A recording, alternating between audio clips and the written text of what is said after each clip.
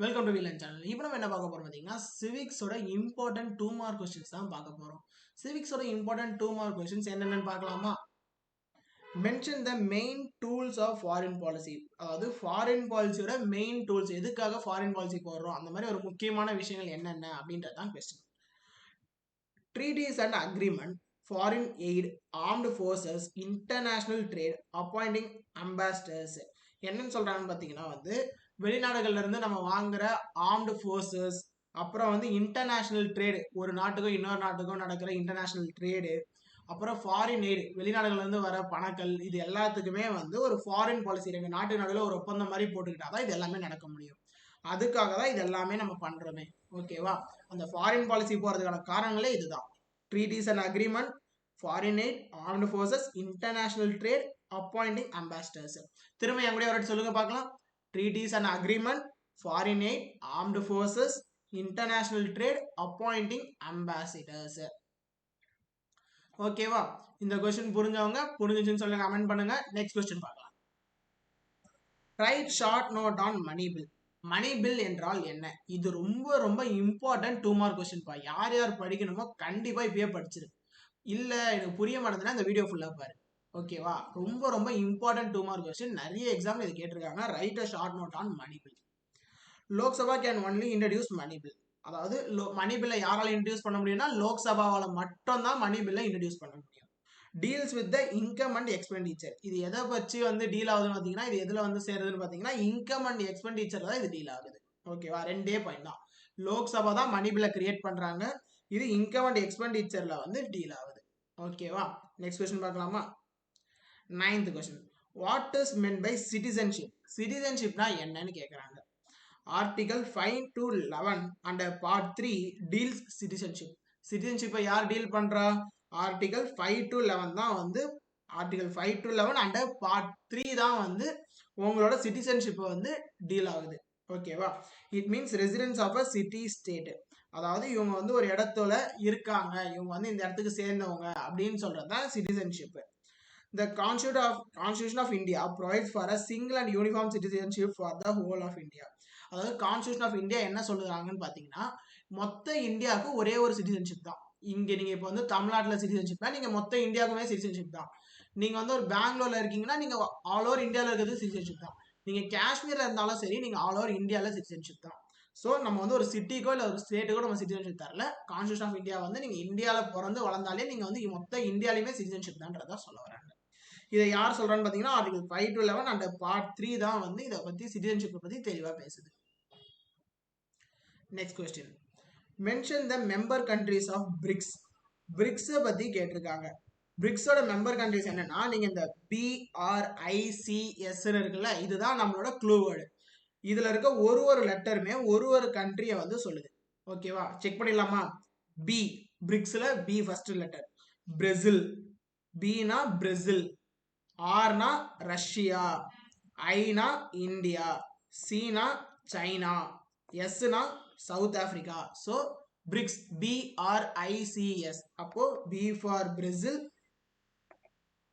R for Russia, I for India, C for China, S for South Africa. ஓகேவா? அப்போ BRICS. ஈஸியா இதை ஞாபகம் வச்சுக்கிறதுக்கான சூப்பரான டூல். கொஸ்டின்லயே உங்களுக்கு ஆன்சர் ஈஸியா ஞாபகம் வரப்போகுது.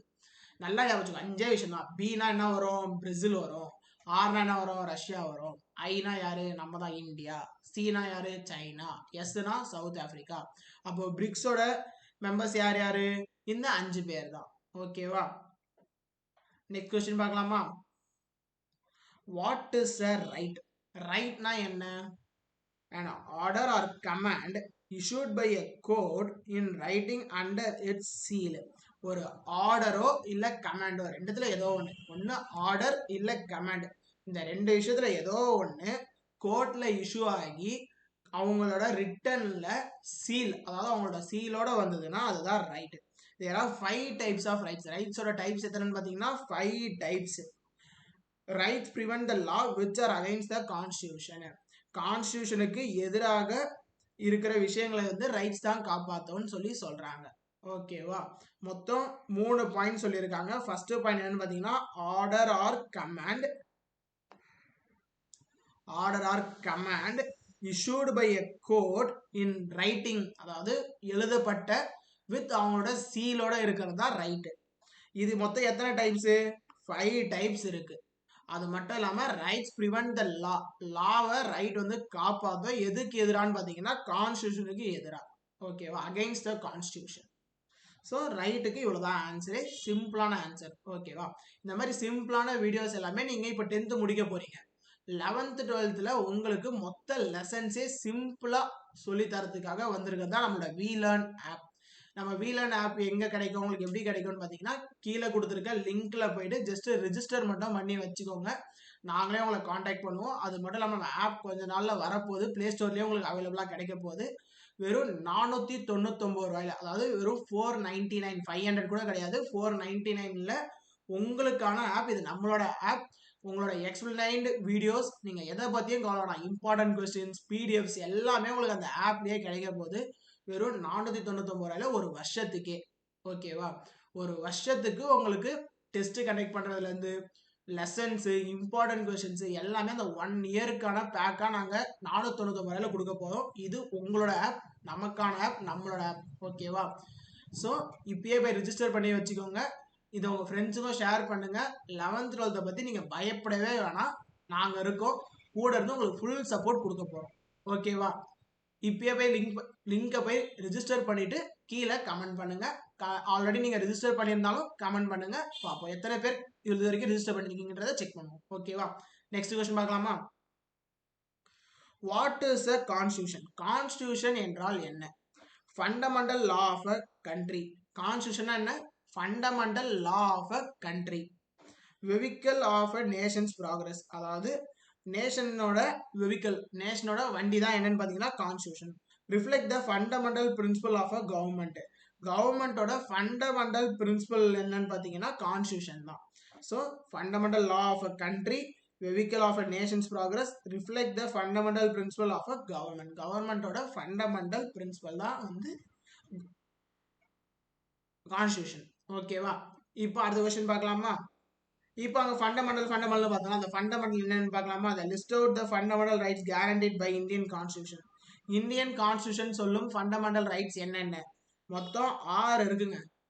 6மே ரொம்ப ஈஸியானது. First right to equality, right to freedom, right to religion, right against exploitation, culture and education right, right to constitutional remedies. So 6 point தான். திரும்ப என் கூட சொல்லுங்க பார்க்கலாம். இன்னொரு வாட்டி சொல்லலாமா? ரைட் டு ஈக்குவாலிட்டி, முதல்ல எல்லாத்துலேயுமே ரைட்டுன்ற வேர்டு இருக்கும், அதனால அது நல்லா ஞாபகம் வச்சுக்கோங்க. மற்றதெல்லாம் நீங்கள் அப்படியே சைடில் போடுற மாதிரி தான் இருக்கும். Right to equality, right to freedom, right to religion, right against exploitation, culture and educational rights, culture and educational rights, right to constitutional remedies, constitutional ரெமிடிஸோட ரைட்டும் இதுதான்.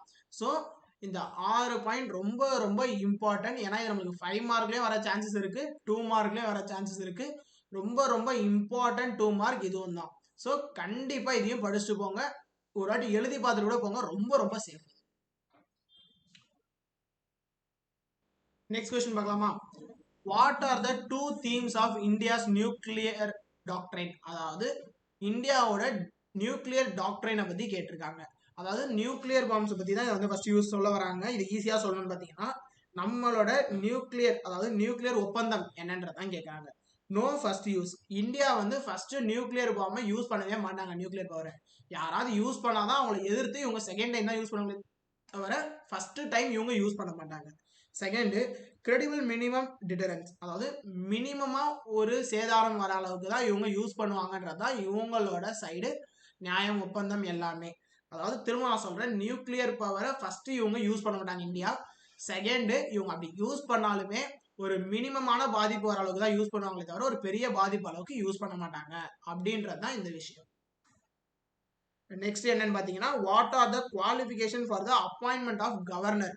கவர்னரோட அப்பாயின்மெண்ட்டை பத்தி கேட்டிருக்காங்க. அவரோட குவாலிஃபிகேஷன் என்னவா இருக்கணும் அப்படின்றதும் கேட்கறாங்க.